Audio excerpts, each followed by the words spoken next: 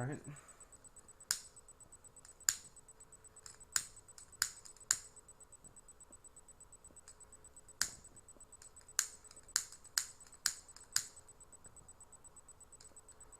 Is that it? Oh, fucking hell, it's taking so long, man.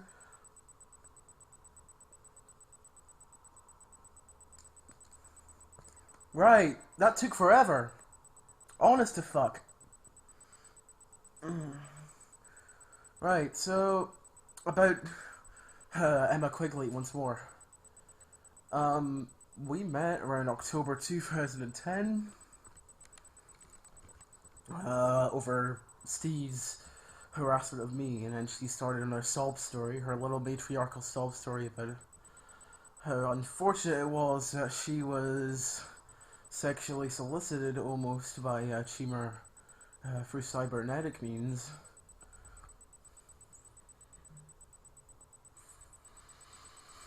And then she tried her whole sob story about how hard it is to be a female Aspie in her fucking university, not realizing I was suffering the issues I did at the time. Still do. No matter how hard the psychiatrist tried to use depression as a means to misdirect it. And of course, how they've managed to compel me that, well, they're forcibly emigrating me, exiling me even from my own country, to make me so that I can do this. That's hardship, bitch. You don't know the half of it.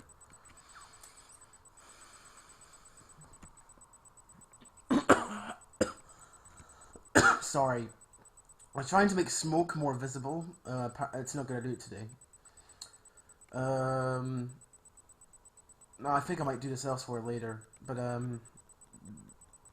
then continue the story off from there. Probably script it a little better. Let me butt this out, and then end the video. Okay, let's try this again.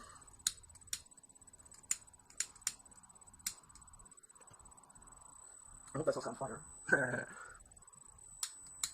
That's not gonna do it today. It just keeps setting out. So I don't know. I'm just gonna go with that cigarette. It's taken too long. It's taken too long, and basically, it's not gonna do it today. Even though I really want to smoke, but this piece of shit is just not working. So Emma. So this should be a real testament to Emma's lack of empathy, and I'm not thinking it's Asperger's. I just think it's sociopathy, and I know this because sociopathy is much more common in women than Asperger's. Sociopathy is especially common in those women who are 6'5", have broad shoulders, and have all the VFS and SFS surgery in the world. One who had managed to slander my name endlessly in my medical record, which I'm going to view and will form the basis of my new book. That's the kind of real hardship which makes which really insults me when Emma tries to blaze her pathetic little life in front of me and then try to elicit sympathy from me for it, when I have no interest in actually enabling such notions. The female whore can go get fucked because nobody ever shed a tear for me, and it's like, well, if nobody cares about me, why should I care about anyone else? It's a basic reciprocal relation. It's nothing to do with my inherent callousness. It's always to do with the inherent callousness of others and misinterpretation of my own callousness, which tends to result from, well, stereotypical misconceptions of Asperger's for one, and then applying those to me for the other, thinking that I'm just a group aggregate representation rather than my own individual. Nobody ever wanted to interpret me as my own individual, of course. So it's just, that's why I have to end up moving to somewhere where I will be seen for what I am and not just some autistic retard. Certainly not what I'm not. But Emma's had a really privileged life, middle class life, at the expense of her father and her mother, and now she's bitching about how her fake medical degree won't come to her because She has to now make up that she's been accepted for a medical examination. I don't entry examination. Sorry, to medical school. I'm for one incredulous to the claim. Basically, she's a complete dumbass. She can barely even write. Actually, Stephen Gandhi can write better than her, and that's just on the basis of maybe he does random capitalizations, but he sure can avoid typos far better than that bitch can. And they have about the same standard of grammar. Her grammar's gone downhill. It's less than word salad now. It's ooga booga autistic negritude. And I know the difference when I see it. You know that cool Clive kid or whatever he calls himself? Yeah, it's kind of that standard, if not worse. She showed her true hyper male credentials there. Bitch, you're probably more masculine than I am. And that's saying something. Anyway, I'm going to live with my lovely Walter, and you're going to be forever alone, as ever. I'm going to be sucking nice, pristine semen, which you're not going to be able to. You've never touched a dick. I will touch many, many dicks when I go to you. I'll be living more of the lifestyle you would have aspired to than you ever could. That's what makes it all funny, and that's what serves as real recompense for me here. As miserable as my life may be, yours couldn't be more so. Let's see now if I can get this lighted.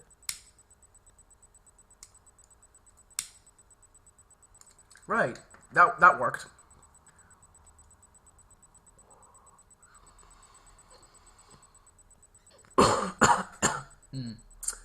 Now, to cover more of what Emma's done, I'm sure Emma has some kind of sociopathic amygdala damage, because she's always pursued people with a certain callousness based on ideological extremity, of which feminism is a variant. Radical feminism is certainly a variant. It's the reason why I'm prevented from transitioning here, and why America had to go to a private sector informed consent model in order to basically stop suppressing.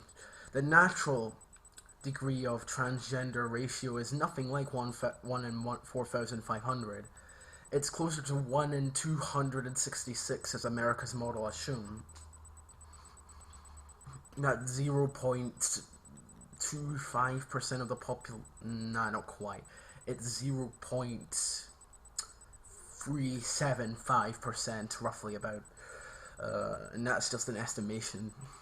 Okay, because I'm not a Rain Man. I don't have the calculatron negritude like you all think autists do, based on the one film you've ever viewed about autism, which is no doubt going to be that fucking stupid ass road automaton who managed to hit it lucky casinos.